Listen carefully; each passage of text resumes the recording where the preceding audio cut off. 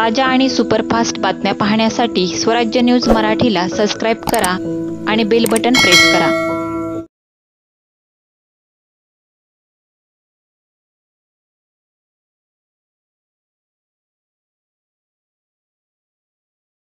राज्यातील महायुती सरकारने निवडक व्यावसायिक अभ्यासक्रमांमध्ये प्रवेश घेतलेल्या ओबीसी, एबीसी, विमुक्त जाती आणि भटक्या जाती प्रवर्गातील विद्यार्थ्यांसाठी शिक्षण शुल्क आणि परीक्षा शुल्क प्रतिपूर्ती योजनेसाठी असलेली उत्पन्नाची अट रद्द केली आहे। यामुळे आता पालकांचे 8 लाखांपेक्षा अधिक उत्पन्न असलेल्या विद्यार्थ्यांनाही शैक्षणिक शुल्क प्रतिपूर्ती योजनेचा लाभ घेता येणार आहे। पालकांची वार्षिक उत्पन्नाची अट रद्द करण्यात आल्याने आता केवळ नॉन क्रिमिलियर प्रमाणपत्र सादर करावे लागणार आहे। महायुतीच्या या क्रांतिकारक निर्णयाचं ओबीसी समाजाकडून मोठ्या प्रमाणात स्वागत करण्यात आलं आहे।